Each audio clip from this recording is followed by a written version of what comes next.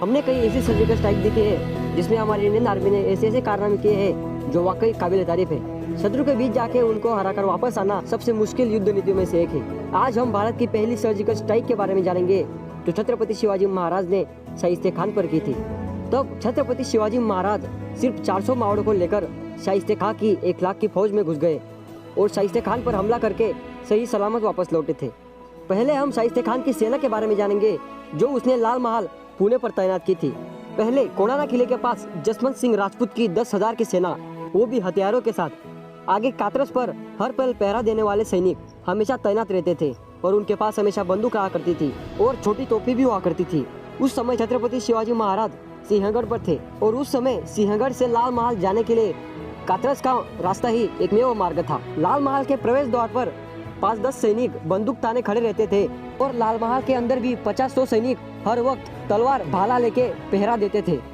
और इतना ही नहीं तो खुद शाइस्ते खां भी सोते समय अपने तकिए के नीचे एक बंदूक लिए सोता था और लाल महल के आसपास भी कम से कम 1 लाख की सेना हमेशा तैनात रहती थी। और इतना सब कुछ होने के बावजूद भी छत्रपति शिवाजी महाराज ने भारत की ऐसी पहली सर्जिकल स्ट्राइक को अंजाम दिया जो किसी के भी सोच के बाहर थी। छत्रपति शिवाजी महाराज के लिए शाइस्ते खान पर हमला करना बेहद जरूरी था क्योंकि उसने 3 साल स्वराज्य को लूटा था, कई गांव उद्ध्वस्त किए थे, वो लोगों पर बहुत जुल्म करता था, निष्पाप जनता की हत्या करता था और औरतों को उठा ले जाता था। और इतना ही नहीं, वो गरीब जनता को लूट खेतों की फसलों को भी हड़पता था। इसी कारण से लोग स्वराज्य छोड़कर जाने लगे थे और इसीलिए छत्रपति शिवाजी महाराज ने खुद आगे आके शाइस्ते खान पर हमला करने की ठान ली। छत्रपति शिवाजी महाराज खुद इस भयंकर योजना में सहभाग लेंगे ये सुनकर फिरंगोजी तानाजी एसाजी प्रतापराव गुजर ऐसे अनेक सरदारों ने उनको मनाने की कोशिश की, पर छत्रपति शिवाजी महाराज ने किसी की नहीं सुनी।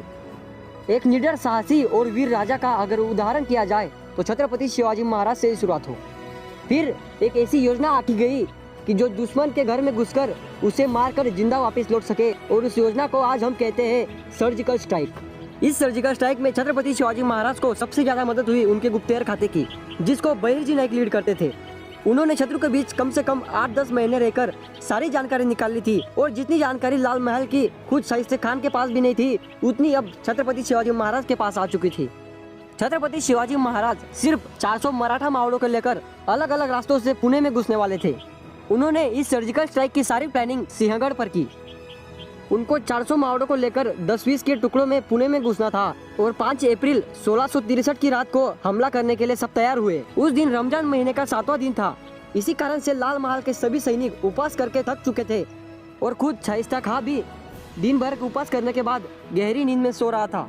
उस समय हम हिंदुओं में शाम को शादी करने की प्रथा थी। सभी मराठे कमर पर तलवार लटकाकर बारात निकालते और खान की सेना में भी बहुत सारे हिंदू राजा थे। छत्रपति शिवाजी महाराज ने एक सरदार की बेटी की शादी का नाटक किया और बारात में करीब 200 मराठा मावड़ों को लेकर कातरस से पुणे की तरफ रवाना हुए। उस समय मराठों को पुणे में घुसना मना था।